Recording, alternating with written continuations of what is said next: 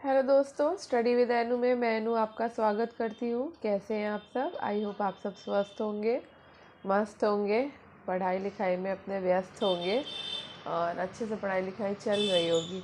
तो चलिए शुरू करते हैं आज अपना सेकेंड बुक का 4th चैप्टर। तो जैसे कि आपको पता है, ये आपकी एनसीईआरटी हिस्ट्री की क्लास है, क्लास 12th की।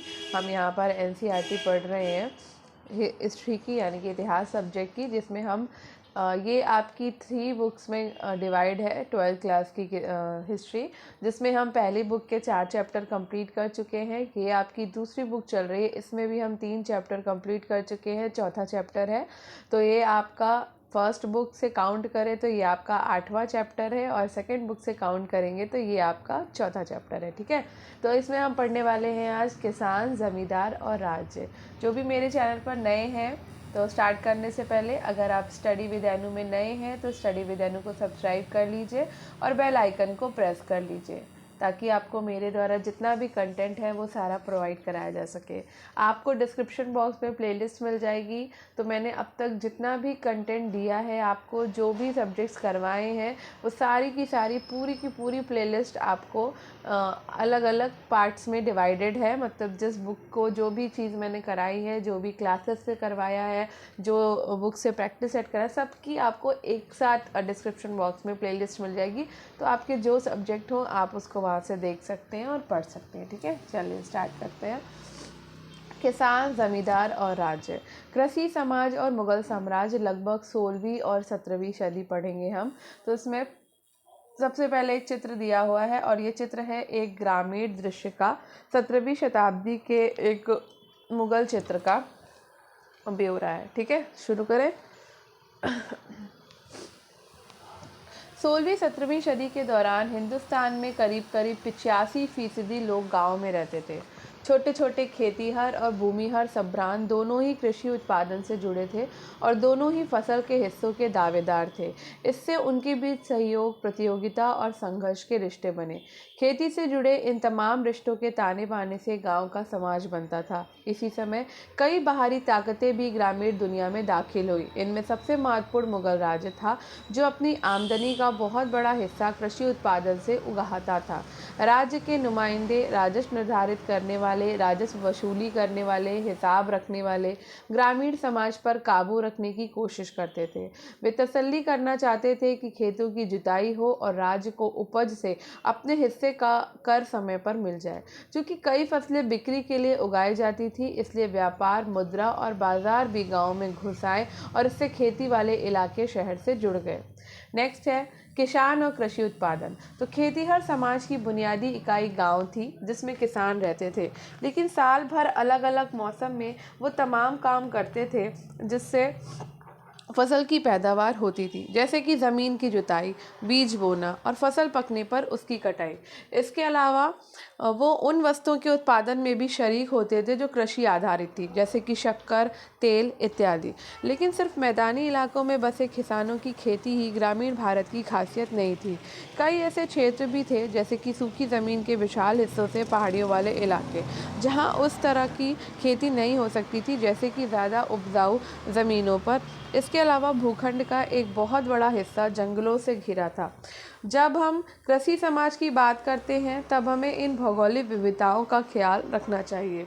स्रोतों की तलाश। चूँकि किसान अपने बारे में खुद नहीं लिखा करते थे, इसलिए ग्रामीण समाज के क्रियाकलापों की जानकारी हमें उन लोगों से नहीं मिलती जो खेती में काम करते थे। नतीजन 16वीं और 17वीं सदियों के कृषि इतिहास को समझने के लिए हमारे मुख्य स्रोत वे ऐतिहासिक ग्रंथ व दस्तावेज हैं जो मुगल दरबार की निगरानी में लिखे गए थे।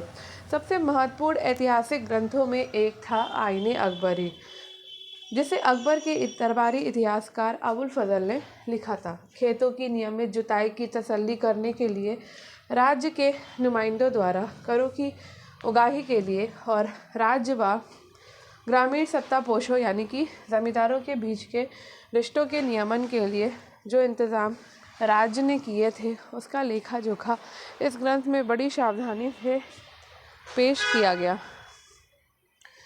आइन का मुख्य उद्देश्य अकबर के साम्राज्य का एक ऐसा खाका पेश करना था जहां एक मजबूत सत्ताधारी वर्ग सामाजिक मेलजोल बनाकर रखता था। आइन के लेखक के मुताबिक मुगल राज्य के खिलाफ कोई बगावत या किसी भी किस्म की स्वायत्त सत्ता की दावेदारी का असफल होना पहले ही तय था। दूसरे शब्दों में, किसानों के बारे में जो कुछ हमें आइन से पता चलता है वो सत्ता के ऊंचे गलियारों का नज़रिया है। खुशकिस्मती से आइन की जानकारी के साथ साथ हम उन स्रोतों का भी इस्तेमाल कर सकते हैं जो मुग़लों की राजधानी से दूर के इलाकों में लिखे गए थे। इनमें 17वीं और 18वीं सदियों के गुजरात, महाराष्ट्र और राजस्थान में मिलने वाले वे दस्तावेज शामिल हैं जो सरकार की आमदनी की विस्तृत जानकारी देते हैं। इसके अलावा ईस्ट इंडिया कंपनी के बहुत सारे दस्तावेज भी हैं जो पूर्वी भारत में कृषि संबंधों का उपयोगी खाका पेश करते हैं। ये सभी स्रोत किसानों, जमींदारों और राज्य के बीच तने झगड़ों को दर्ज करते हैं। लगे हाथ ये स्रोत ये समझने में हमारी मदद करते हैं कि किसान राज्य को किस नज़रिए से देखते थे और राज्य से उन्हें कैसे न्याय की उम्मीद थी। किसान और उनकी ज़मीन। मुग़ल काल के भारतीय फारसी स्रोत किसान के लिए आमतौर पर रैयत यानी कि बहुवचन रियाया या मुजरियान शब्द का इस्तेमाल करते थे। साथ ही हमें किसान या आसामी जैसे शब्द मिलते हैं। 17वीं सदी के स्रोत दो किस्म के किसानों की चर्चा करते हैं, खुदकाश्त व पाहीकाश्त। पहले किस्म के किसान वे थे जो उन्हीं गाँव में रहते थे और जिनमें उनकी ज़मीन थी। दूसरे पाहीकाश्त वे खेतिहर थे, दूसरे गाँवों से ठेके पर खेती करने आते थे और लोग अपनी मर्जी से भी पाहीकाश्त बनते थे। मसलन अगर करों की शर्तें किसी दूसरे गांव में बेहतर मिले और मजबूरन भी, मसलन अकाल या भुखमरी के बाद आर्थिक परेशानी से। उत्तर भारत के एक औसत किसान के पास शायद ही कभी एक जोड़ी बैल और 2 हल से ज़्यादा कुछ होता था, ज़्यादातर के पास इससे भी कम। गुजरात में जिन किसानों के पास 6 एकड़ के करीब ज़मीन थी वे समृद्ध माने जाते थे। दूसरी तरफ बंगाल में एक औसत किसान की ज़मीन की ऊपरी सीमा 5 एकड़ थी। 10 एकड़ ज़मीन वाले आसामी को अमीर समझा जाता था और खेती व्यक्तिगत मलकियत के सिद्धांत पर आधारित थी। किसानों की ज़मीन उसी तरह खरीदी और बेची जाती थी जैसे दूसरे संपत्ति मालिकों की। 19वीं सदी के दिल्ली इलाके में किसानों की मलकियत का ये विवरण 17वीं सदी पर भी उतना ही लागू होता है। हल जोतने वाले खेतिहर किसान हर ज़मीन की हदों पर मिट्टी, ईंट और कांटों से पहचान के लिए निशान लगाते हैं और ज़मीन के ऐसे हज़ारों टुकड़े किसी भी गांव में देखे जा सकते हैं। सिंचाई और तकनीक। ज़मीन की बहुतायत, मजदूरों की मौजूदगी और किसानों की गतिशीलता की वजह से कृषि का लगातार विस्तार हुआ। चूँकि खेती का प्राथमिक उद्देश्य लोगों का पेट भरना था, इसलिए रोज़मर्रा के खाने की ज़रूरतें जैसे चावल, गेहूँ, ज्वार इत्यादि फसलें सबसे ज़्यादा उगाई जाती थी। जिन इलाकों में प्रतिवर्ष 40 इंच या इससे ज़्यादा बारिश होती थी वहाँ कमोबेश चावल की खेती होती थी। कम और कमतर बारिश वाले इलाकों में क्रमशः गेहूँ और ज्वार बाजरे की खेती ज़्यादा प्रचलित थी। मानसून भारतीय कृषि की रीढ़ था जैसा कि आज भी है, लेकिन कुछ ऐसी फसलें भी थी जिनके लिए अतिरिक्त पानी की ज़रूरत थी और इनके लिए सिंचाई के कृत्रिम उपाय बनाने पड़े। तो थोड़ा सा पहले जो हमने नहीं पढ़ा उसको देख लेते हैं। तो ये हमने देख लिया था, यहाँ पर है किसान बस्तियों का बसना और उजड़ना। ये हिंदुस्तानी कृषि समाज की एक खासियत थी और इस खासियत ने मुग़ल शासक बाबर की तेज़ निगाहों को इतना चौंकाया कि उसने इसे अपने संस्मरण बाबरनामा में नोट किया। हिंदुस्तान में बस्तियाँ और गांव दरअसल शहर के शहर एक लम्हे में ही वीरान भी हो जाते हैं और बस भी जाते हैं। वर्षों के आबाद किसी बड़े शहर के बाशिंदे उसे छोड़कर चले जाते हैं तो वे ये काम बहुत कुछ इस तरह करते हैं कि 1.5 दिनों के अंदर उनका हर नामो निशान वहाँ से मिट जाता है। दूसरी ओर अगर वे किसी जगह पे बसना चाहते हैं तो उन्हें पानी के रास्ते खोदने की ज़रूरत नहीं होती, क्योंकि उनकी सारी फसलें बारिश के पानी में उगती हैं और चूँकि हिंदुस्तान की आबादी बेशुमार है, लोग उमड़ते चले आते हैं, वे एक सरोवर या कुआँ बना लेते हैं। उन्हें घर बनाने या दीवार खड़ी करने की भी ज़रूरत नहीं होती। खस की घास बहुतायत में पाई जाती है, जंगल अपार है, झोपड़ियाँ बनाई जाती हैं और यकायक एक गाँव या शहर खड़ा हो जाता है। पेड़ों और खेतों की सिंचाई। ये बाबरनामा से लिया गया एक अंश है जो सिंचाई के उन उपकरणों के बारे में बनाता है जो इस बादशाह ने उत्तर भारत में देखे। हिंदुस्तान के मुल्क का ज़्यादातर हिस्सा मैदानी ज़मीन पर बसा हुआ है। हालांकि यहाँ शहर और खेती लायक ज़मीन की बहुतायत है, लेकिन कहीं भी बहते पानी का इंतज़ाम नहीं। वे इसलिए कि फसल उगाने या बागानों के लिए पानी की बिल्कुल ज़रूरत नहीं है। शरद ऋतु की फसलें बारिश के पानी से ही पैदा हो जाती हैं और ये हैरानगी की बात है कि बसंत ऋतु की फसलें तो तब भी पैदा हो जाती हैं जब बारिश बिल्कुल बिल्कुल ही नहीं होती। फिर भी छोटे पेड़ों और बाल्टियों या रहट के ज़रिए पानी पहुंचाया जाता है। लाहौर, दीपालपुर दोनों ही आज के पाकिस्तान में हैं और ऐसी दूसरी जगहों पर लोग रहट के ज़रिए सिंचाई करते हैं। वे रस्सी के 2 गोलाकार फंदे बनाते हैं जो कुएं की गहराई के मुताबिक लंबे होते हैं। इन फंदों में थोड़ी थोड़ी दूरी पर वे लकड़ी के गुटके लगाते हैं और इन गुटकों पर घड़े बांध देते हैं। लकड़ी के गुटकों और घड़ों में बंधी इन रस्सियों को कुएं के ऊपर पहियों से लटकाया जाता है। पहिए की धुरी पर एक और पहिया, इस अंतिम पहिए को बैल के जरिए घुमाया जाता है और इस पहिए के दांत पास के दूसरे पहिए के दांतों को जकड़ लेते हैं और इस तरह घड़ों वाला पहिया घूमने लगता है और घड़ों से जहाँ पानी गिरता है वहाँ एक सकरा नाला खोद दिया जाता है और इसी तरीके से हर जगह पानी पहुँचाया जाता है। आगरा, चांदवार और बयाना जो कि आज के उत्तर प्रदेश में है और ऐसे अन्य इलाकों में भी लोग बाग बाल्टियों से सिंचाई करते हैं। कुएं के किनारे वे लकड़ी के कन्ने गाड़ देते हैं और इन कन्नों के बीच बेलन टिकाते हैं। एक बड़ी बाल्टी में रस्सी बांधते हैं, रस्सी को बेलन पर लपेटते हैं और दूसरे छोर को बैल से बांध देते हैं। एक शख्स को बैल हाँकना पड़ता है, दूसरा बाल्टी से पानी निकालता है। ये है रहट की संरचना। तंबाकू का प्रसार। ये पौधा सबसे पहले दक्कन पहुंचा और वहां से 17वीं सदी के शुरुआती वर्षों में इसे उत्तर भारत लाया गया। आइन उत्तर भारत की फसलों की सूची में तंबाकू का जिक्र नहीं करती। अकबर उसके अभिजातों ने 1604 में पहली बार तंबाकू देखा। ऐसा लगता है कि इसी समय तंबाकू का धूम्रपान, हुक्के या चिलम में करने की लत ने जोर पकड़ा। जहांगीर इस बुरी आदत के फैलने से इतना चिंतित हुआ कि उसने इस पर पाबंदी लगा दी। ये पाबंदी पूरी तरह से बेअसर साबित हुई क्योंकि हम जानते हैं कि 17वीं सदी के अंत तक तंबाकू पूरे भारत में खेती, व्यापार और उपयोग की मुख्य वस्तुओं में से एक था। सिंचाई कार्यों को राज्य की मदद मिलती थी। मसलन उत्तर भारत में राज्य ने कई नई नहरें और नाले खुदवाए और कई पुरानी नहरों की मरम्मत करवाई, जैसे कि शाहजहां के शासनकाल के दौरान पंजाब में शाह नहर। वैसे तो खेती मेहनतकशी का काम था, लेकिन किसान ऐसी तकनीकों का इस्तेमाल भी करते थे जो अक्सर पशुबल पर आधारित होती थी। ऐसा एक उदाहरण लकड़ी के उस हल्के हल का दिया जा सकता है जिसको एक छोर पर लोहे की नुकीली धार या फाल लगाकर आसानी से बनाया जा सकता था।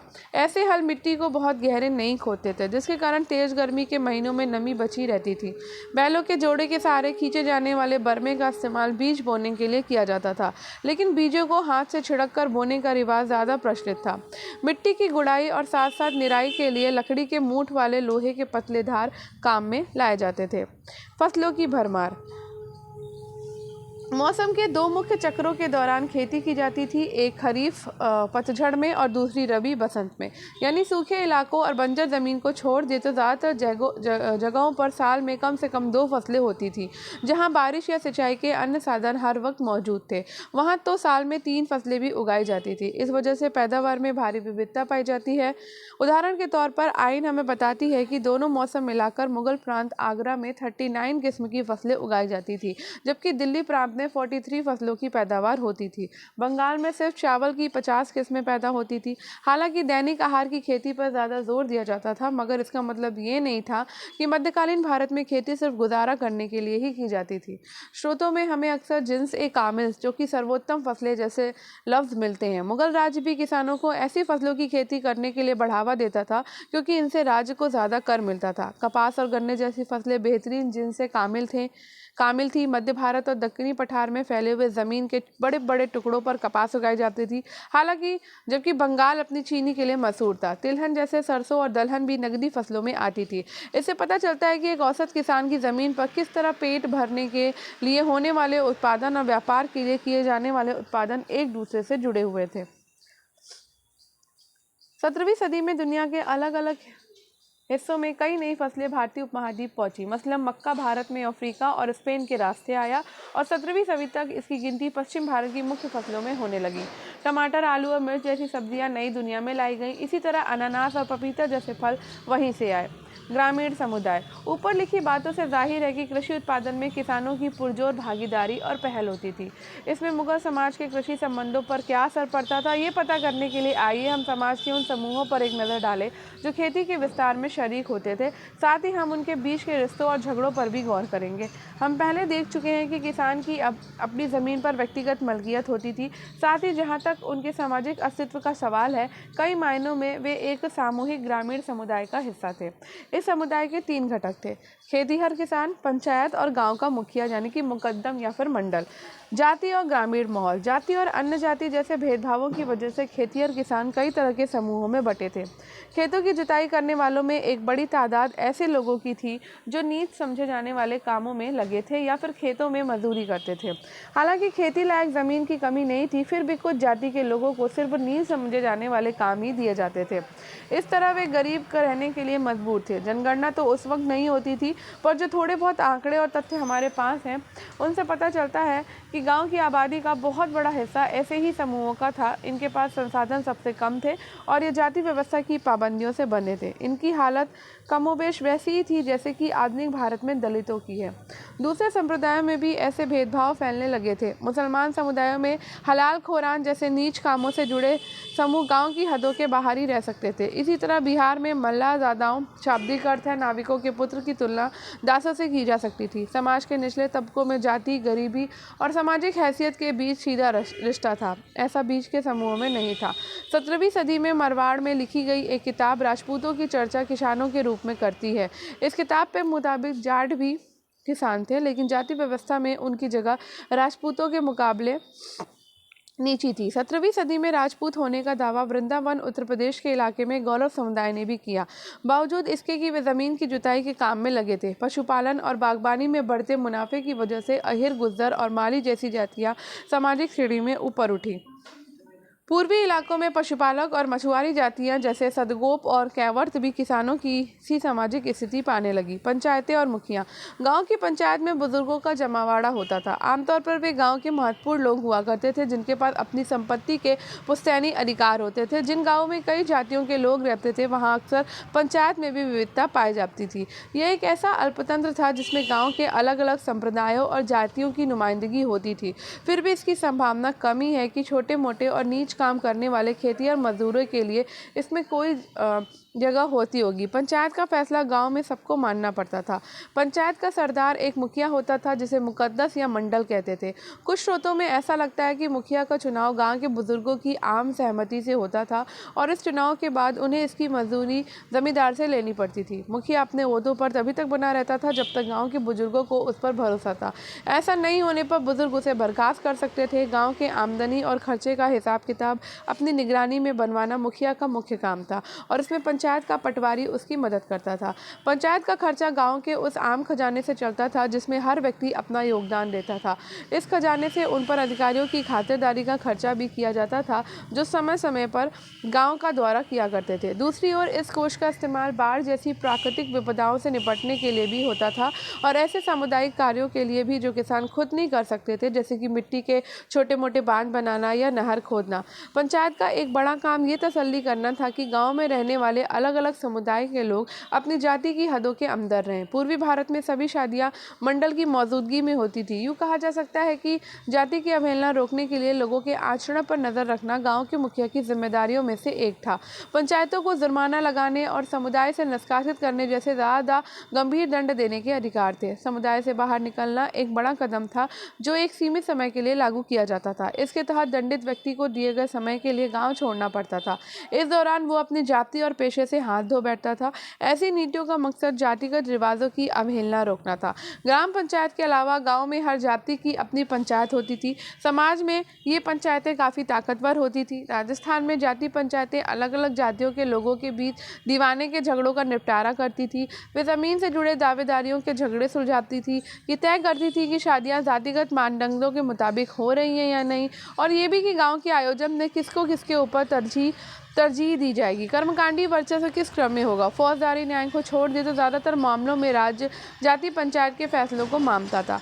पश्चिम भारत, खासकर राजस्थान और महाराष्ट्र जैसे प्रांतों के संकलित दस्तावेजों में ऐसी कई अर्जियां हैं जिनमें पंचायत से ऊंची जातियों या राज्य के अधिकारियों के खिलाफ जबरन कर उगाही या बेकार वसूली की शिकायत की गई है। आमतौर पर ये अर्जियां ग्रामीण समुदाय के सबसे निचले तबके के लोग लगाते थे। अक्सर सामूहिक तौर पर भी ऐसी अर्जियां दी जाती थी इनमें किसी जाति या संप्रदाय विषय के लोग संभ्रांत समूहों की उन मांगों के खिलाफ अपना विरोध जताते थे जिन्हें वे नैतिक दृष्टि से अवैध मानते थे। उनमें एक थी बहुत ज़्यादा कर की मांग, क्योंकि इससे किसानों का दैनिक गुजारा ही जोखिम में पड़ जाता था। खासकर सूखे या ऐसी दूसरी विपदाओं के दौरान उनकी नज़रों में जिंदा रहने के लिए न्यूनतम बुनियादी साधन उनका परंपरागत रिवाजी हक था। वे समझते थे कि ग्राम पंचायत को इसकी सुनवाई करनी चाहिए और ये सुनिश्चित करना चाहिए कि राज्य अपना नैतिक फर्ज अदा करे और न्याय करे। निचली जाति के किसानों और राज्य के अधिकारियों या स्थानीय जमींदारों के बीच झगड़ों में पंचायत के फैसले अलग अलग मामलों में अलग अलग हो सकते थे। अत्यधिक कर की मांगों के मामले में पंचायत अक्सर समझौतों का सुझाव देती थी। जहां समझौते नहीं हो पाते थे वहां किसान विरोध के ज़्यादा उग्र रास्ते अपनाते थे, जैसे कि गांव छोड़कर भाग जाना। जोतने लायक खाली ज़मीन अपेक्षाकृत आसानी से उपलब्ध थी, जबकि श्रम को लेकर प्रतियोगिता थी। इस वजह से गाँव छोड़कर भाग जाना खेतिहरों के हाथ में एक बड़ा प्रभावी हथियार था। ग्रामीण दस्तकार अलग अलग तरह के उत्पादन कार्य में जुटे लोगों के बीच फैले लेन देन के रिश्ते गांव का एक और रोचक पहलू था। अंग्रेजी शासन के शुरुआती वर्षों में किए गए गांवों के सर्वेक्षण और मराठाओं के दस्तावेज बताते हैं कि गांव में दस्तकार काफ़ी अच्छी तादाद में रहते थे। कहीं कहीं तो कुल घरों के 25% घर दस्तकारों के थे। कभी कभी किसानों और दस्तकारों के बीच फ़र्क करना मुश्किल होता था, क्योंकि कई ऐसे समूह थे जो दोनों किस्म के काम करते थे। खेतिहर और उसके परिवार के सदस्य कई तरह की वस्तुओं के उत्पादन में शिरकत करते थे, मसलन रंगरेजी, कपड़े पर छपाई, मिट्टी के बर्तनों को पकाना, खेती के औजारों को बनाना या उनकी मरम्मत करना। उन महीनों में जब उनके पास खेती के काम में फुर्सत होती, जैसे कि बुआई और सुहाई के बीच या सुहाई और कटाई के बीच, उस समय ये खेतिहर दस्तकारी का काम करते थे। कुम्हार, लोहार, बढ़ई, न्याई, यहाँ तक कि सुनार जैसे ग्रामीण दस्तकारों भी अपनी सेवाएं गांव के लोगों को देते थे, जिसके बदले गाँव वाले उन्हें अलग अलग तरीक़ों से उन सेवाओं की अदायगी करते थे। आमतौर पर या तो उन्हें फसल का एक हिस्सा दे दिया जाता था या फिर गाँव की ज़मीन का एक टुकड़ा, शायद कोई ऐसी ज़मीन जो खेती लायक होने के बावजूद बेकार पड़ी थी। अदायगी की सूरत क्या होगी ये शायद पंचायत ही तय करती थी। महाराष्ट्र में ऐसी जमीन दस्तकारों को मीरास या वतन बन गई, जिस पर दस्तकारों का पुश्तैनी अधिकार होता था। यही व्यवस्था कभी कभी थोड़े बदले हुए रूप में भी पाई जाती थी, जहां दस्तकार और हर एक खेतिहर परिवार परस्पर बातचीत करके अदायगी की किसी एक व्यवस्था पर राजी होते थे। ऐसे में आमतौर पर वस्तुओं और सेवाओं का विनिमय होता था। उदाहरण के तौर पर 18वीं सदी के शोध बताते हैं कि बंगाल में जमींदार उनकी सेवाओं के बदले लोहार, बढ़ई और सुनारों तक को रोज का भत्ता और खाने के लिए नगदी देते थे। इस व्यवस्था को जजमानी कहते थे। हालांकि ये शब्द 16वीं और 17वीं सदी में बहुत इस्तेमाल नहीं होता था। ये सबूत मज़ेदार है, क्योंकि इनसे पता चलता है कि गांव के छोटे स्तर पर फेरबदल के रिश्ते कितने पेचीदा थे। ऐसा नहीं है कि नगद अदायगी का चलन बिल्कुल ही नदारद था। एक छोटा गणराज्य ग्रामीण समुदाय की अहमियत को हम कैसे समझें? 19वीं सदी के कुछ अंग्रेज अफसरों ने भारतीय गांवों को एक ऐसे छोटे गणराज्य के रूप में देखा जहां लोग सामूहिक स्तर पर भाईचारे के साथ संसाधनों और श्रम का बंटवारा करते थे। लेकिन ऐसा नहीं लगता कि गांव में सामाजिक बराबरी थी। संपत्ति की व्यक्तिगत मलकियत होती थी, साथ ही जाति और जेंडर, सामाजिक लिंग के नाम पर समाज में गहरी विषमताएं थीं। कुछ ताकतवर लोग गांव के मसलों पर फैसले लेते थे और कमज़ोर वर्गों का शोषण करते थे। न्याय करने का अधिकार भी उन्हीं को मिला हुआ था। इससे भी महत्वपूर्ण बात यह थी कि गाँव और शहरों के बीच होने वाले व्यापार की वजह से गाँव में भी नकद के रिश्ते फैल चुके थे। मुगलों के केंद्रीय इलाकों में कर की गणना और वसूली भी नकद में की जाती थी। जो दस्तकार निर्यात के लिए उत्पादन करते थे, उन्हें उनकी मजदूरी या पूर्व भुगतान भी नकद में ही मिलता था। इसी तरह कपास, रेशम या नील जैसी व्यापारिक फसलें पैदा करने वालों का भुगतान भी नकदी ही होता था।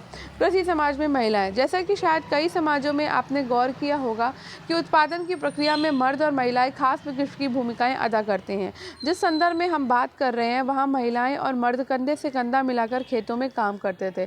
मर्द खेत जोतते व हल चलाते थे और महिलाएं बुआई, निराई और कटाई के साथ साथ पकी हुई फसल का दाना निकालने का काम करती थी।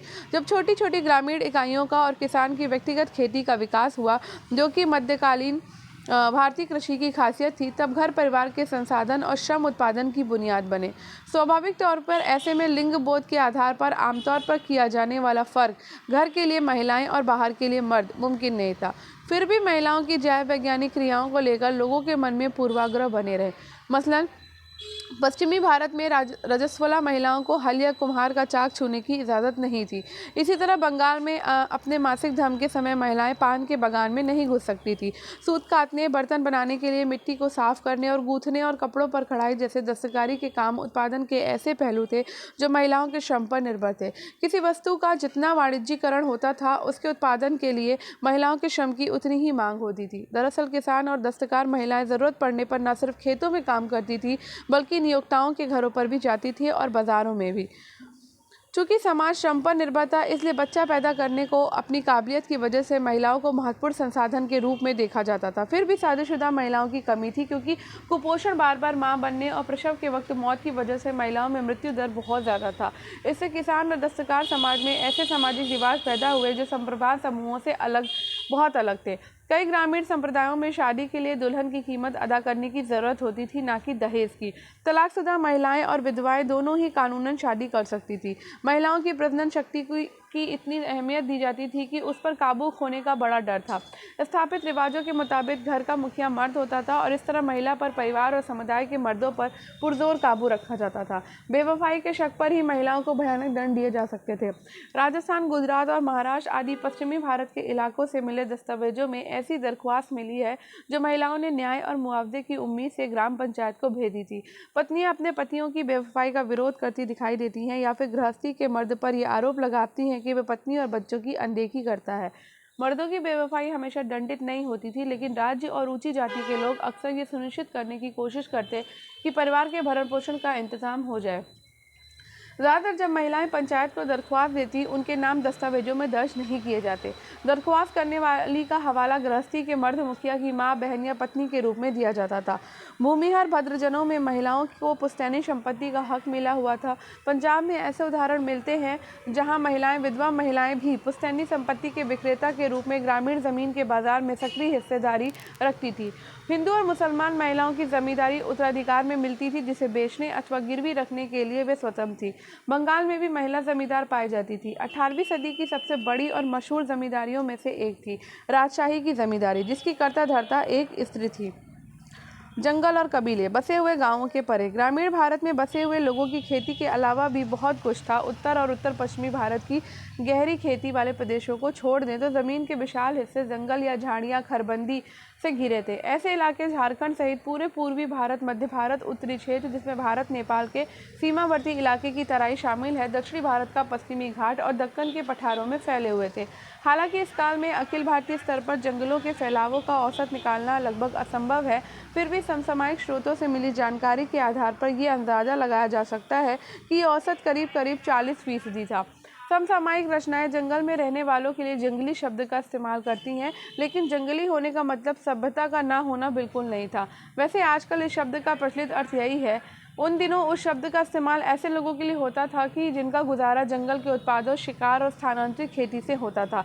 ये काम मौसम के मुताबिक होते थे। उदाहरण के तौर पर भीलों में बसंत के मौसम में जंगल के उत्पाद इकट्ठा किए जाते, गर्मियों में मछली पकड़ी जाती, मानसून के महीनों में खेती की जाती और शरद और जाड़े के महीनों में शिकार किया जाता था। ये सिलसिला लगातार गतिशीलता की बुनियादी पर खड़ा था और इस बुनियाद को मजबूत भी करता था। लगातार एक जगह से दूसरी जगह घूमते रहना इन जंगलों में रहने वाले कबीलों की एक खासियत थी। जहां तक राज्य का सवाल है, उसके लिए जंगल उलटफेर वाला इलाका था, बदमाशों को शरण देने वाला अड्डा, मवास। एक बार फिर हम बाबर की ओर देखते हैं, जो कहता है कि जंगल एक ऐसा रक्षा कवच था जिसके पीछे परगना के लोग कड़े विद्रोही हो जाते थे और कर अदा करने से मुकर जाते थे। जंगलों में घुसपैठ, जंगल में बाहरी ताकतें कई तरह से घुसती थी। मसलन राज्य की सेना के लिए हाथियों की जरूरत होती थी, इसलिए जंगल वासियों से ली जाने वाली पेशकश में अक्सर हाथी भी शामिल होते थे। मुगल राजनीति विचारधारा में गरीबों और अमीरों सहित सबके साथ जुड़ते हुए राज्य के गहरे सरोकार का एक लक्षण था। शिकार अभियान, दरबारी इतिहासकारों की माने तो शिकार अभियान के नाम पर बादशाह अपने विशाल साम्राज्य के कोने कोने का दौरा करता था और इस तरह अलग अलग इलाकों के लोगों की समस्याओं और शिकायतों पर व्यक्तिगत रूप से गौर करता था। दरबारी कलाकारों के चित्रों में शिकार का विषय बार बार आता था। इन चित्रों में चित्रकार अक्सर छोटा सा एक ऐसा दृश्य डाल देते थे जो सद्भावनापूर्ण शासन का संकेत देता था। इसको बाद में पढ़ेंगे, चलो पढ़ लेते हैं। कृषि बस्तियों के लिए जंगलों का सफाया, ये 16वीं सदी में मुकुंदराम चक्रवर्ती की लिखी एक बंगाली कविता चंडी मंगल का एक अंश है। कविता के नायक कालकेतु ने जंगल खाली करवा के एक साम्राज्य की स्थापना करी। खबर मिलते ही परदेशी आने लगे तमाम जगहों से। फिर कालकेतु ने खरीद कर बांटे उनमें भारी भरकम चाकू, कुल्हाड़ी और बाले भरचे। उत्तर से आए दास सैकड़ों उमड़ते हुए चकित देखकर कालकेतु को, जिसने दी सुपारी एक एक को। दक्षिण से आए फसल कटाई वाले एक उद्यमी के साथ 500, पश्चिम से आया जफर मियाँ साहब ने 22,000 लोग, हाथों में सुलेमानी मोती की माला जपते हुए पीरो पैगंबर का नाम। जंगलों को हटाने के बाद उन्होंने बसाए बाजार। सैकड़ों सैकड़ों की तादाद में विदेशी जंगलों को जैसे खा लिए और घुस आए वहाँ। कुल्हाड़ियों की आवाज़ सुनकर शेर डर गए और दहाड़ते हुए भाग निकले। पहाड़ी कबीलों और मैदानों के बीच व्यापार लगभग 1595। अवध सूबे, आज के उत्तर प्रदेश का हिस्सा, के मैदानी इलाकों और पहाड़ी कबीलों के बीच होने वाले लेन देन के बारे में अबुल फजल ने कुछ इस तरह लिखा है। उत्तर के पहाड़ों से इंसानों, मोटे मोटे घोड़ों और बकरों की पीठ पर लादकर बेशुमार सामान ले जाए जाते हैं, जैसे कि सोना, तांबा, शीशा, कस्तूरी, सुरागाय, याक की पूंछ, शहद, चुक, संतरे के रस और नींबू के रस को साथ उबालकर बनाया जाने वाला एक अम्ल, अनारदाना, अदरक, लंबी मिर्च, जिसमें लाल रंग बनाया जाता है कि जड़ें, सुहागा, जदवार, हल्दी जैसी एक जड़, मोम, ऊनी कपड़े, लकड़ी के सामान, चील, बाज, कालेबाज, मरलिन, बाज पक्षी की ही एक किस्म और अन्य वस्तुएं। इसके बदले में सफ़ेद और रंगीन कपड़े, कहरुबा, एक पीला भूरा धातु जिसमें गहने बनाए जाते थे, नमक, हींग, गहने और शीशे और मिट्टी के बर्तन वापस ले जाते हैं। वाणिज्यिक खेती का असर बाहरी कारक के रूप में जंगलवासियों की जिंदगी पर भी पड़ता था। जंगल के उत्पाद जैसे शहद, मधु, मोम और लाख की बहुत मांग थी। लाख जैसी कुछ वस्तुएं तो 17वीं सदी में भारत से समुद्र पार होने वाले निर्यात की मुख्य वस्तुएं थी। हाथी भी पकड़े और बेचे जाते थे। व्यापार के तहत वस्तुओं की अदला बदली भी होती थी। कुछ कबीले भारत और पाकिस्तान के बीच होने वाले ज़मीनी व्यापार में लगे थे, जैसे पंजाब का लोहानी कबीला। वे पंजाब के गांवों और शहरों के बीच होने वाले व्यापार में भी शिरकत करते थे। सामाजिक कारणों से भी जंगलवासियों के जीवन में बदलाव आए। कबीलों के भी सरदार होते थे, बहुत कुछ ग्रामीण समुदाय के। बड़े आदमियों की तरह कई कबीलों के सरकार जमींदार बन गए, कुछ तो राजा भी हो गए। ऐसे में उन्होंने सेना खड़ी करने की ज़रूरत हुई। उन्होंने अपने ही खानदान के लोगों को सेना में भर्ती किया या फिर अपने ही भाई बंधुओं से सैन्य सेवा की मांग की। सिंध इलाके की कबीलाई सेना में 6,000 घुड़सवार और 7,000 पैदल सिपाही होते थे। असम में अहोम राजाओं के अपने पायक होते थे। ये वे लोग थे जिन्हें ज़मीन के बदले सैनिक सेवा देनी पड़ती थी। अहोम राजाओं ने जंगली हाथी पकड़ने पर अपने एकाधिकार का ऐलान भी कर रखा था। हालांकि कबीलाई व्यवस्था से राजतांत्रिक प्रणाली की तरफ संक्रमण बहुत पहले ही शुरू हो चुका था, लेकिन ऐसा लगता है कि 16वीं सदी में आकर ही यह प्रक्रिया पूरी तरह विकसित हुई। इसकी जानकारी हमें उत्तर पूर्वी इलाकों में कबीलाई राज्यों के बारे में आइन की बातों से मिलती है। उदाहरण के तौर पर 16वीं-17वीं सदी में कोच राजाओं ने पड़ोसी कबीलों के साथ एक के बाद एक युद्ध किया और उन पर अपना कब्जा जमा लिया। जंगल के इलाकों में नए सांस्कृतिक प्रभावों के विस्तार की भी शुरुआत हुई। कुछ इतिहासकारों ने तो दरअसल ये भी सुझाया है कि नए बसे इलाकों के खेतिहर समुदायों ने जिस तरह धीरे धीरे इस्लाम को अपनाया, उसमें सूफी संतों, पीर ने एक बड़ी भूमिका अदा की थी। जमींदार। मुगल भारत में कृषि संबंधों की हमारी दास्तान अब तब तक अधूरी रहेगी जब तक गाँव में रहने वाले एक ऐसे तबके की बात न कर ले जिनकी कमाई तो खेती से आती थी, लेकिन जो कृषि उत्पादन में सीधे हिस्सेदारी नहीं करते थे। ये जमींदार थे जो अपनी ज़मीन के मालिक होते थे और जिन्हें ग्रामीण समाज में ऊंची हैसियत की वजह से कुछ खास सामाजिक और आर्थिक सुविधाएं मिली हुई थी। जमींदारों की बढ़ी हुई हैसियत के पीछे एक कारण जाति था। दूसरा कारण ये था कि वे लोग राज्य को कुछ खास किस्म की सेवाएं यानी कि खिदमत देते थे। जमींदारों की समृद्धि की वजह थी उनकी विस्तृत व्यक्तिगत ज़मीन, उन्हें मलकियत कहते थे, यानी संपत्ति। मलकियत ज़मीन पर जमींदार के निजी इस्तेमाल के लिए खेती होती थी। अक्सर इन ज़मीनों पर दिहाड़ी के मजदूर या पराधीन मजदूर काम करते थे।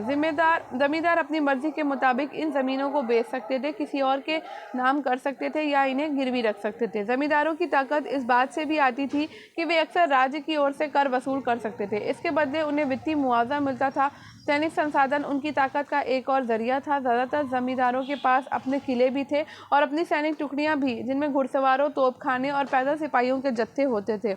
इस तरह अगर हम मुगलकालीन गांवों में सामाजिक संबंधों की कल्पना एक पिरामिड के रूप में करें तो जमींदार इसके संकरे शीर्ष का हिस्सा थे। अबुल फजल इस ओर इशारा करता है कि ऊंची जाति के ब्राह्मण, राजपूत गठबंधन ने ग्रामीण समाज पर पहले ही अपना ठोस नियंत्रण बना रखा था। इसमें तथाकथित मध्यम जातियों की भी खासी नुमाइंदगी थी, जैसा कि हमने पहले देखा, और इसी तरह कई मुसलमान जमींदारों की भी। समसामयिक दस्तावेजों में ऐसा लगता है कि जंग में जीत जमींदारों की उत्पत्ति का संभावित स्रोत रहा होगा। अक्सर जमींदारी फैलाने का एक तरीका था ताकतवर सैनिक सरदारों द्वारा कमजोर लोगों को बेदखल करना, मगर इसकी संभावना कम ही है कि किसी जमींदार को इतने आक्रामक रुख की इजाज़त राज्य देता हो, जब तक कि एक राज्य देश सनद के जरिए इसकी पुष्टि पहले से ही नहीं कर दी गई हो। इससे भी महत्वपूर्ण थी जमींदारों को पुख्ता करने की धीमी प्रक्रिया। स्रोतों में इसके दस्तावेज भी शामिल हैं। ये कई तरीके से किया जा सकता था। नई जमीनों को बसाकर, जंगलबारी, अधिकारों के हस्तांतरण के जरिए, राज्य के आदेश से या फिर खरीद कर। यही वे प्रक्रियाएं थी जिनके जरिए अपेक्षाकृत निचली जातियों के लोग भी जमींदारों के दर्जे में दाखिल हो सकते थे, क्योंकि इस काल में जमींदारी धड़ल्ले से खरीदी और बेची जाती थी। कई कारणों ने मिलकर परिवार या वंश पर आधारित जमींदारों को पुख्ता होने का मौका दिया। मसलन राजपूतों और जाटों ने ऐसी रणनीति अपनाकर उत्तर भारत में जमीन की कड़ी बड़ी पट्टियों पर अपना नियंत्रण पुख्ता किया। इसी तरह मध्य और दक्षिण पश्चिम बंगाल में किसान पशुचारियों जैसे सदगोप ने ताकतवर जमींदारियां खड़ी की। जमींदारों ने खेती लायक जमीनों को बसाने में अगुवाई की और खेतिहरों को खेती के साजो सामान और उधार देकर उन्हें वहां बसने में भी मदद करी। जमींदारी की खरीद फरोख्त से गाँव के मौद्रीकरण भी प्रक्रिया में तेजी आई। इसके अलावा जमींदार अपने मलकियत की ज़मीनों को फसल भी बेचते थे और ऐसे सबूत हैं जो दिखाते हैं कि जमींदार अक्सर बाजार हाट स्थापित करते थे जहां किसान भी अपनी फसलें बेचने आते थे। हालांकि इसमें कोई शक नहीं कि जमींदार शोषण करने वाला तबका था, लेकिन किसानों से उनके रिश्ते में पारस्परिकता, पैतृकवाद और संरक्षण का पुट था। दो पहलू इस बात की पुष्टि करते हैं कि एक तो ये कि भक्ति संतों ने जहाँ बड़ी बेबाकी से जातिगत और दूसरी किस्मों के अत्याचारों की निंदा की, वहीं उन्होंने जमींदारों को या फिर दिलचस्प बात है साहूकारों को किसानों के शोषक या उन पर अत्याचार करने वालों के रूप में नहीं दिखाया। आमतौर पर राज्य का राजस्व अधिकारी ही उनके गुस्से का निशाना बना। दूसरे 17वीं सदी में भारी संख्या में कृषि विद्रोह हुए और इनमें राज्य के खिलाफ जमींदारों को अक्सर किसानों का समर्थन मिला।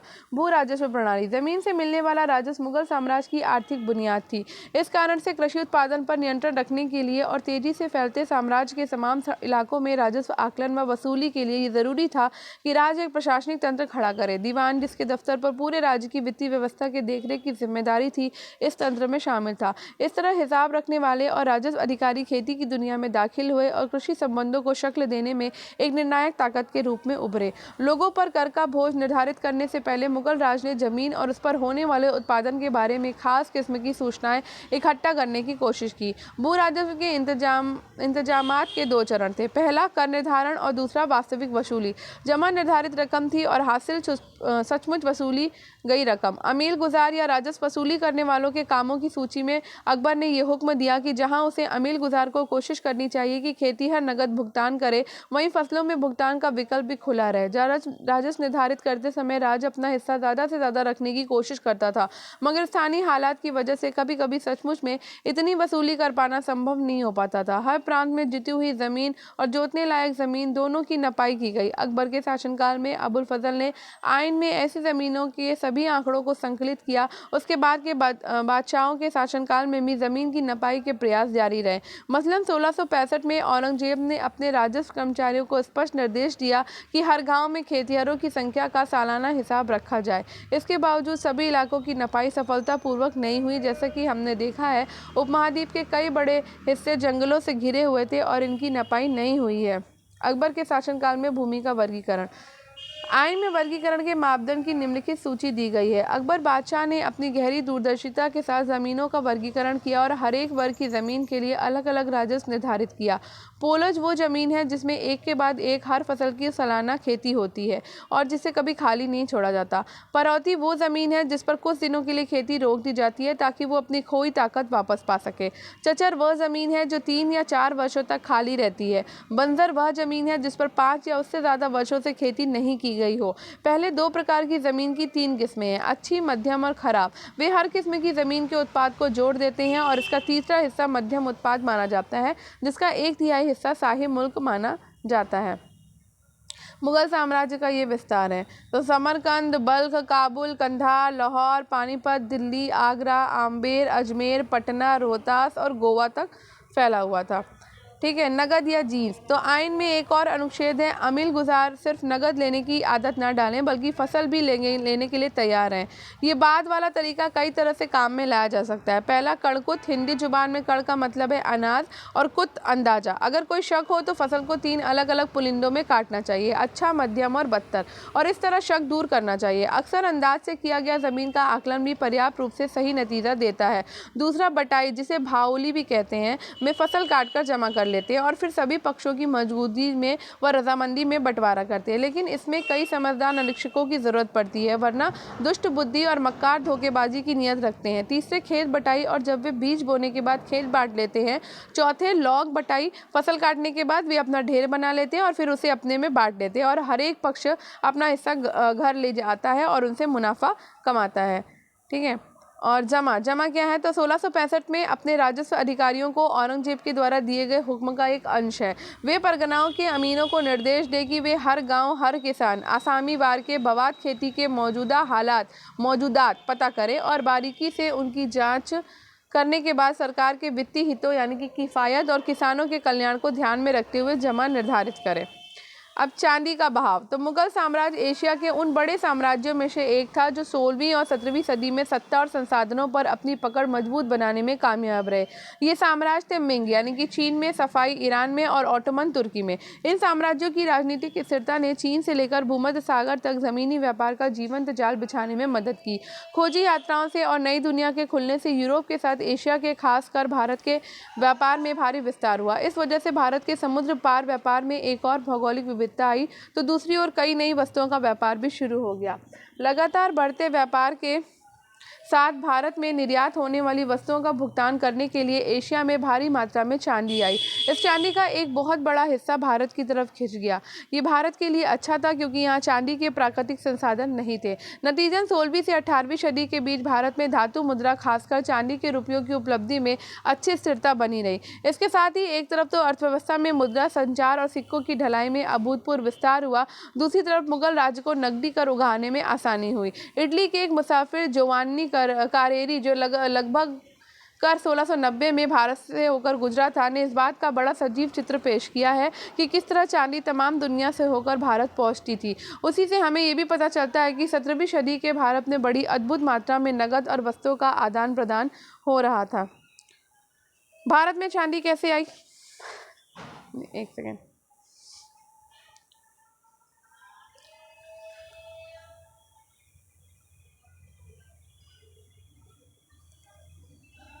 ये ऊपर चला गया है।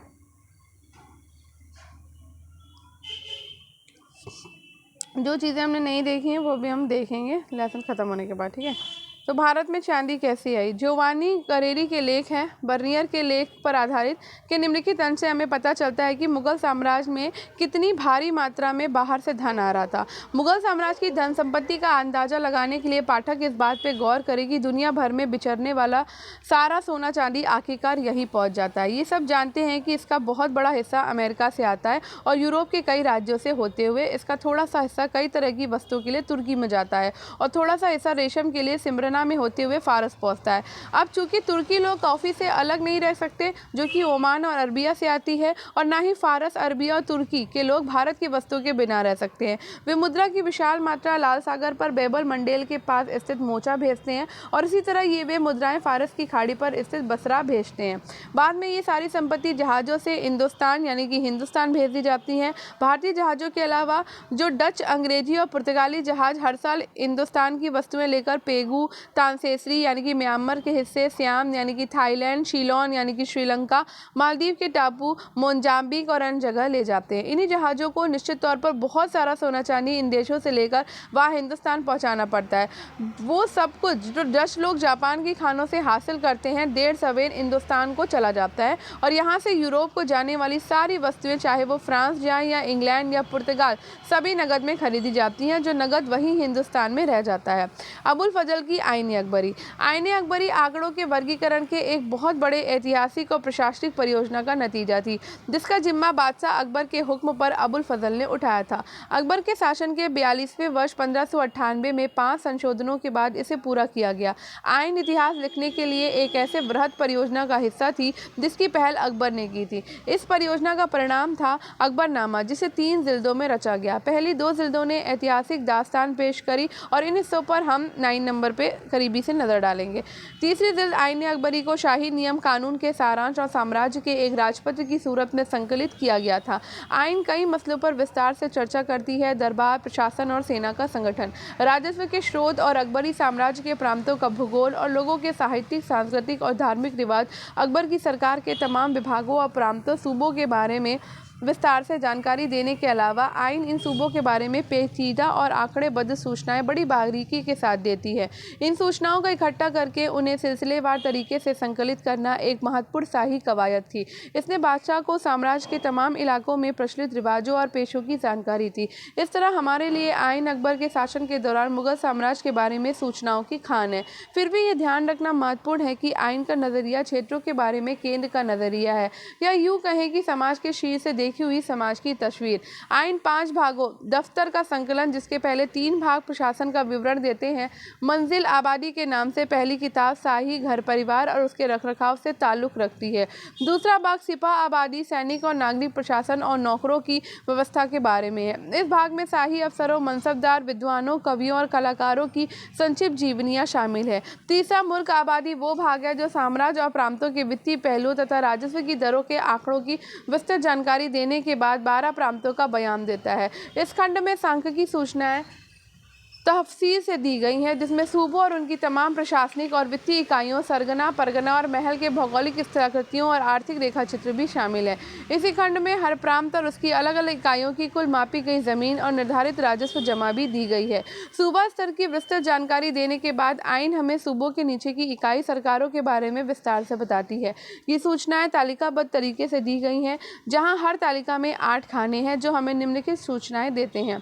परगनात, महल, किला, अराजी और ज़मीनें, पाइबूत, मापे गए इलाके। चौथा है नगदी नगद निर्धारित राजस्व। 5वां शयूरगल, दार में दिया गया राजस्व अनुदान। 6ठा जमींदार खाने। 7 और 8 में जमींदारों की जाप्तियाँ और उनके घुड़सवार, पैदल सिपाही, प्यादा व हाफ्ती फीस सहित उनके फौज की जानकारी दी गई। मुल्क आबादी उत्तर भारत के कृषि समाज का विस्तृत, आकर्षक और पेचीदा चित्र पेश करती है। चौथी और 5वीं किताबें दफ्तर भारत के लोगों के मजहबी, साहित्यिक और सांस्कृतिक रीति रिवाजों से ताल्लुक़ रखती है, और इनके आखिर में अकबर के शुभ वचनों का एक संग्रह भी है। खुशकिस्मती के गुलाब बाग की सिंचाई।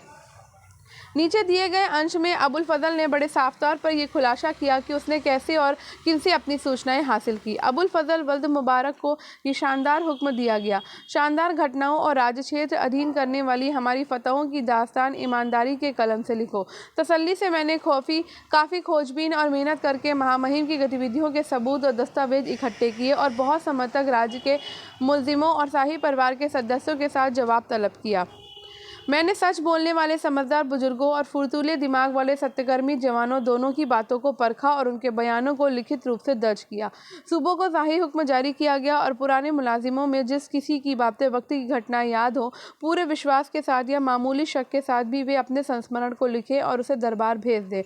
फिर उस पाक मौजूदगी के कक्ष से एक और हुक्म रोशन हुआ, और ये है कि सामग्री जमा की जाए, उसे शाही मौजूदगी में पढ़कर सुनाया जाए और बाद में जो कुछ भी लिखा जाना हो उसे उस महान किताब में परिशिष्ट की शक्ल में जोड़ दिया जाए, और ये कि ऐसे ब्यौरे जो जांच पड़ताल की बारीकियों की वजह से, इस मामले की बारीकियों की वजह से उसी समय अंजाम तक नहीं लाए जा सके, उन्हें मैं बाद में दर्ज करूं। ईश्वरीय अध्यादेश का खुलासा करने वाली इस शाही हुक्म की वजह से अपनी गुप्त फिक्र से राहत पाकर मैंने ऐसे कच्चे प्रारूप लिखने की शुरुआत की जिसमें शैली या विन्यास की खूबसूरती नहीं थी। मैंने इलाही संवत के 19वें साल से, जब महामहिम की दानिशमंद अक्ल से दस्तावेज दफ्तर स्थापित किया गया था, घटनाओं का इतिहास पत्र हासिल किया, और इसके भरे पूरे पन्नों से मैंने कई मामलों पर ब्यौरा पाया।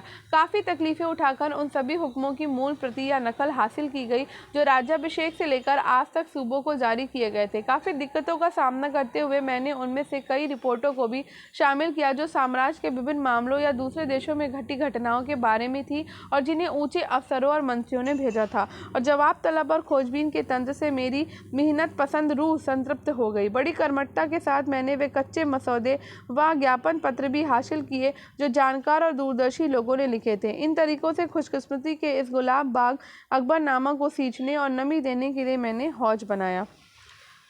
हालांकि बादशाह अकबर के शासन की सहूलियत के लिए आइन की आधिकारिक तौर पर विस्तृत सूचना जमा करने के लिए प्रायोजित किया गया था, फिर भी ये किताब आधिकारिक दस्तावेजों की महज नकल से कहीं बढ़कर थी। हम जानते हैं कि इसकी पांडुलिपि को लेखक द्वारा 5 बार संशोधित किया गया, और इससे ऐसा लगता है कि प्रामाणिकता की खोज में अबुल फजल काफ़ी सावधानी बरत रहे थे। उदाहरण के तौर पर मौखिक बयानों को तथ्य के रूप में किताब में शामिल करने से पहले अन्य स्रोतों से उसकी असलियत और सच्चाई की पुष्टि करने की कोशिश की जाती थी। सांख्यिकी वाले खंडों में सभी आंकड़ों को अंकों के साथ शब्दों में भी लिखा गया ताकि बाद की प्रतियों में नकल की गलतियां कम से कम हो। फिर भी जिन इतिहासकारों ने ध्यान से आइन का अध्ययन किया वे बताते हैं कि ये ग्रंथ पूरी तरह समस्याओं से परे नहीं है। जोड़ करने में कई गलतियां पाई गई। ऐसा माना जाता है कि या तो ये अंकगणित की छोटी मोटी चूक है या फिर नकल उतारने के दौरान अबुल फजल के सहयोगियों की भूल। आमतौर पर ये गलतियां मामूली हैं और एक व्यापक स्तर पर किताबों के आंकड़ों की सच्चाई को कम नहीं करती।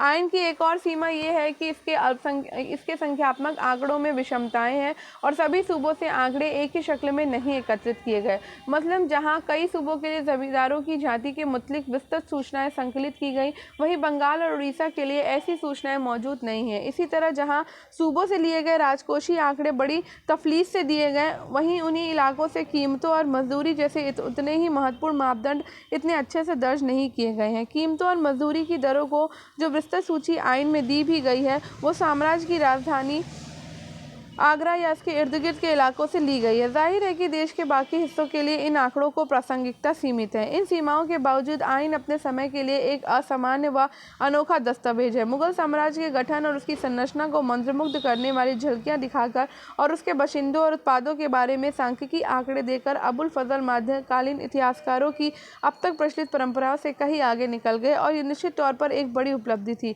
गौरतलब है कि मध्यकालीन भारत में अबुल फजल से पहले के इतिहासकार ज़्यादातर राजनीतिक वारदातों के बारे में लिखते थे। जंग, फतह, सियासी साजिशें या वंशी उथल पुथल। देश, उसके लोग या उत्पादों का जिक्र गाहे बगाहे प्रसंगवश ही आता था और वो भी एक ऐसे लेख साज सज्जा के रूप में जिसकी दिशा मूलतः राजनीतिक होती थी। भारत के लोगों और मुगल साम्राज्य के बारे में विस्तृत सूचनाएं दर्ज करके आइन ने स्थापित परंपराओं को पीछे छोड़ दिया और इस तरह 17वीं सदी के मुहाने पर भारत के अध्ययन के लिए एक संदर्भ बिंदु बन गया। जहाँ तक कृषि संबंधों का सवाल है, आइन के सांख्यिकी सबूतों की अहमियत चुनौतियों के परे है, लेकिन इससे भी महत्वपूर्ण लोगों को उनके पेशे और व्यवसाय, साम्राज्य की व्यवस्था और उसके उच्चाधिकारियों के बारे में जो सूचनाएं ये ग्रंथ मुहैया कराता है, उनकी मदद से इतिहासकार समकालीन भारत के सामाजिक ताने बाने का इतिहास पुनः रचते हैं। अब काल रेखा देखने से पहले हमने जो जो इसमें पिक्चर्स छोड़ी हैं, जो जो चीज़ें छोटी छोटी हैं वो पढ़ लेते हैं। तो आइन का अनुवाद। आइन की अहमियत की वजह से कई विद्वानों ने इसका अनुवाद किया। हेनरी ब्लॉकमैन ने इसे संपादित किया और कलकत्ता, जो कि आज का कोलकाता है, कि एशियाटिक सोसाइटी ने अपनी बिब्लियोथिका श्रृंखला में इसे छापा और इस किताब का 3 खंडों में अंग्रेजी अनुवाद भी किया गया। पहले खंड का मानक अंग्रेजी अनुवाद ब्लॉकमैन का है, जो कि कलकत्ता 1873 में है। बाकी 2 खंडों के अनुवाद H.S. जैरेट ने किया है, कलकत्ता 1891 में और 1894 में। ठीक है, इसके अलावा हमने क्या छोड़ा, ये हमने पढ़ लिया था, खुशकिस्मती से गुलाब बाग की सिंचाई, है ना। और ये है अबुल फजल अपने आश्रयदाता को अकबरनामा की पांडुलिपि पेश कर रहे हैं। ठीक है, आगे बढ़ते हैं। ये भी हमने पढ़ लिया था, भारत में चांदी कैसे आई। ये चित्र आप देख रहे हो, ये यूरोपीय बाज़ारों की मांगों को पूरा करने के लिए भारतीय उपमहाद्वीप के वस्त्र उत्पादन का एक उदाहरण है। ये औरंगजेब के द्वारा जारी किया गया चांदी का रुपया है। यहीं पे अकबर द्वारा जारी किए गए चांदी के रुपए की दोनों तरफें हैं। ये हमने पढ़ लिया था, नगद और जींस और जमा।